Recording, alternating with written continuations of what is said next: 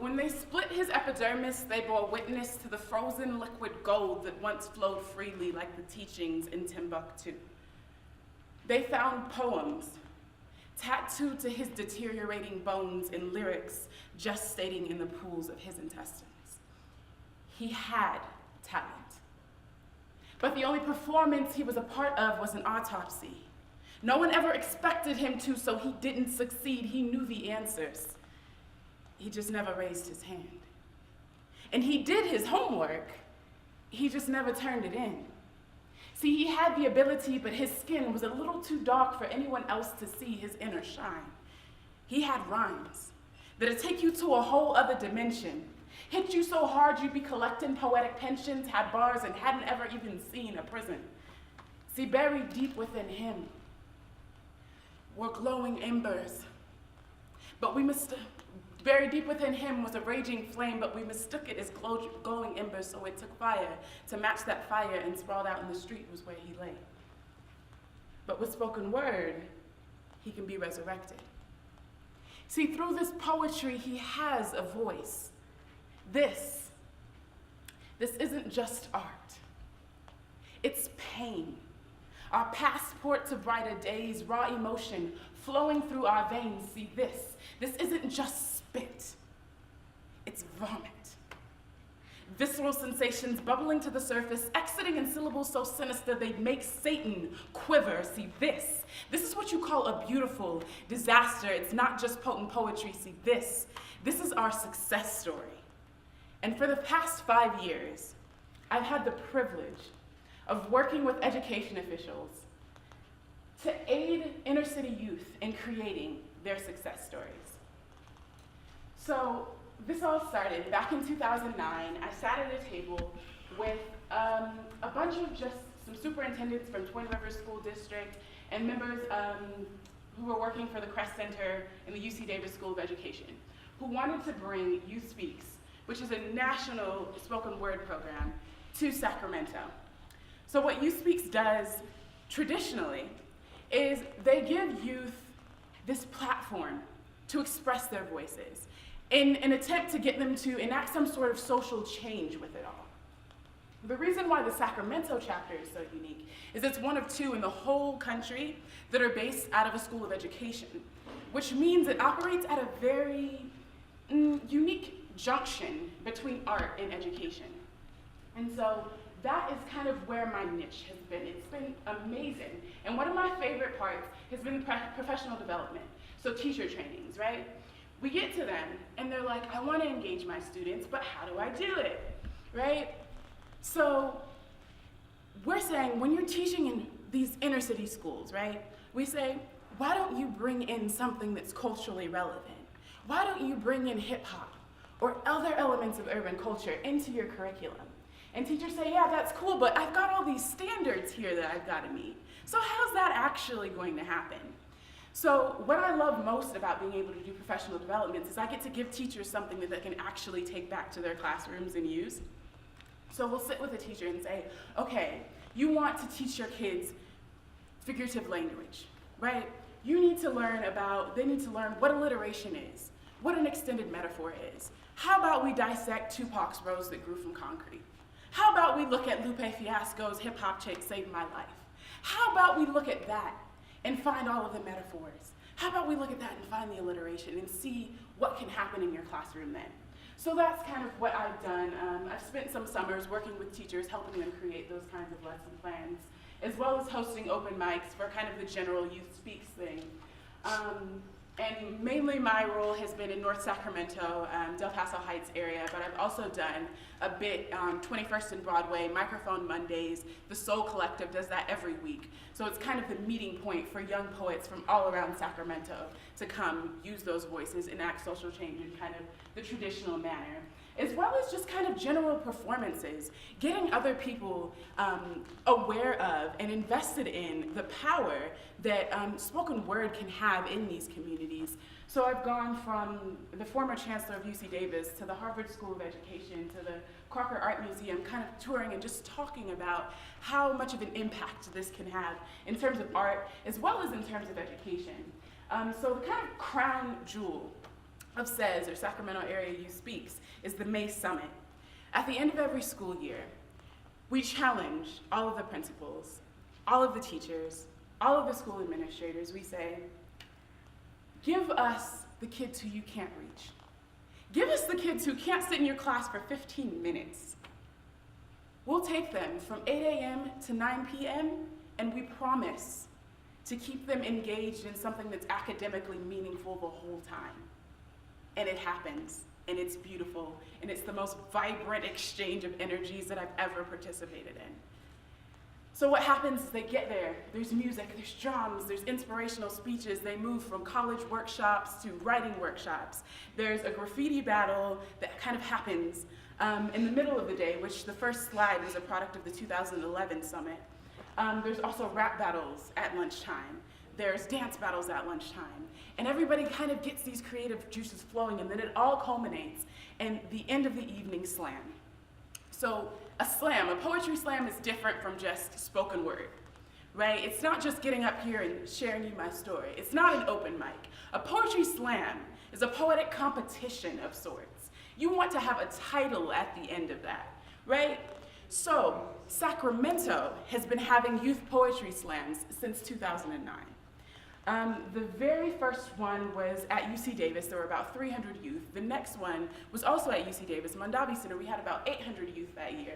And it's just kind of grown exponentially since then. And so in 2009, I was named the first Sacramento Slam champion. 2010, things started to change a little bit. And along with the slam, we were able to name the members of the Sacramento Slam team who would go on to compete internationally at Brave New Voices, which is basically Youth Speaks at an international level. So I was on the first Brave New Voices team out of Sacramento. We did amazingly well. After spending a summer just workshopping, critiquing each other's just deepest feelings, changing our poetry in ways that we could never have imagined. We took that, we went to Los Angeles. It was the city that it was being held in that year. We made it past quarterfinals, fine, got to semis, 0.2 away from that final stage, but we got 5th internationally, and it was beautiful. And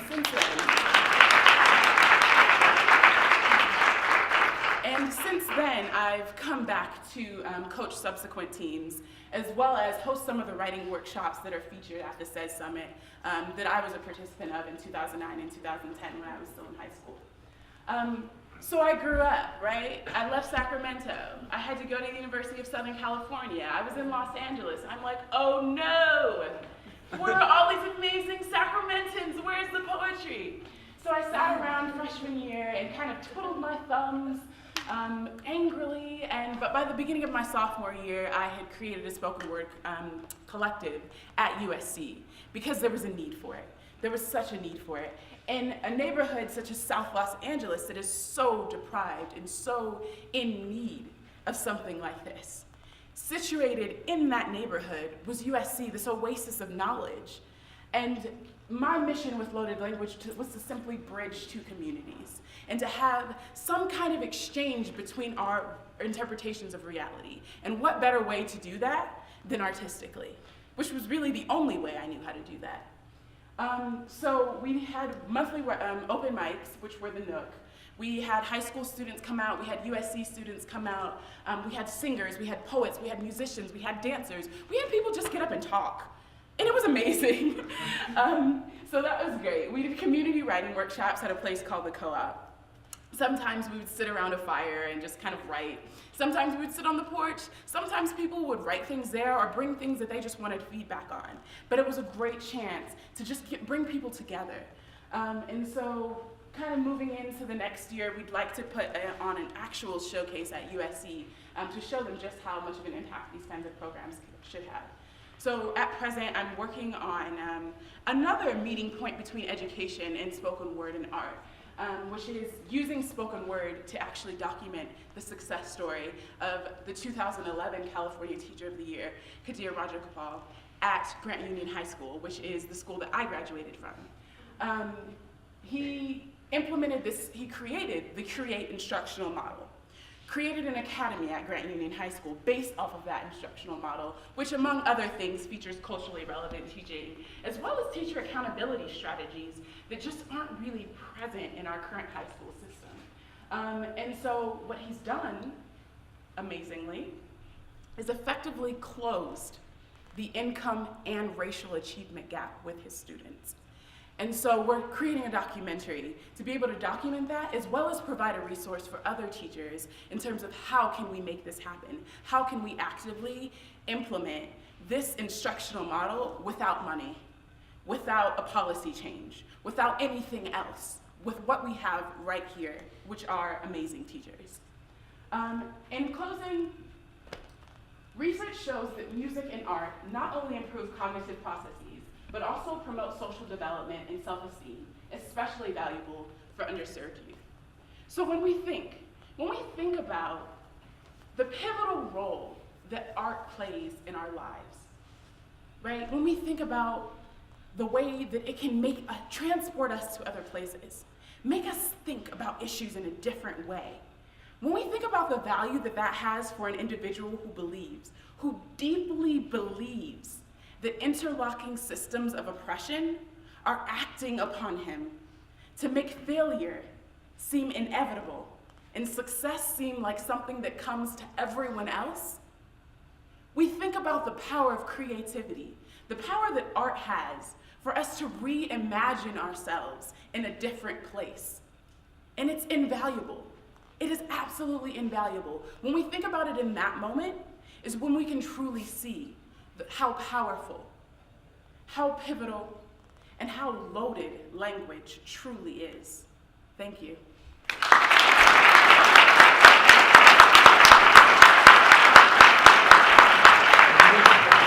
So one of the things that I guess I neglected to mention about SES is it actually has a residency program in which it trains community members to be poet mentors, to then go into high school and middle school classrooms in Sacramento and work with teachers to do the professional development that I used to do over the summer every day in their classrooms. So it's happening, and again, the funding is dwindling. It's a really difficult thing to do on a large scale, but because of places like the UC Davis School of Education, because of certain grants that they've been given, they're able to at least start it, to create some kind of beacon of hope in terms of urban education, to then provide the blueprint for it to happen in other places. So yeah, it's small now, and I truly believe that it will expand, that it can expand. It definitely has the potential to infiltrate many other classrooms because the power is transformative and the need is definitely there.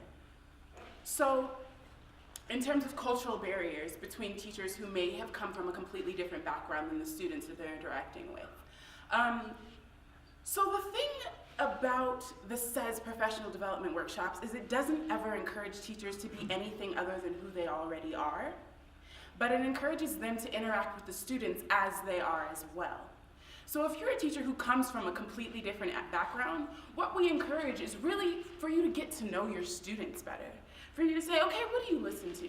Let me listen to that song. Or let me try that artist out. Or, oh, what? Maybe I'm not completely tuned off to graffiti, and maybe I can possibly see how it could be an art. Or what was that joke or that comedian who you were just telling? How can I, put some kind of joke into my lecture? It's not necessarily changing who you are fundamentally as an instructor or as a person.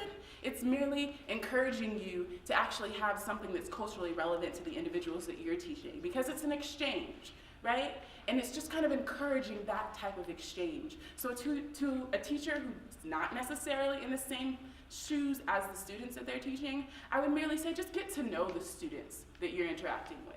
Just hand out a piece of paper at the beginning of the year in each of your classes and say, who's your favorite artist? What comedian do you like?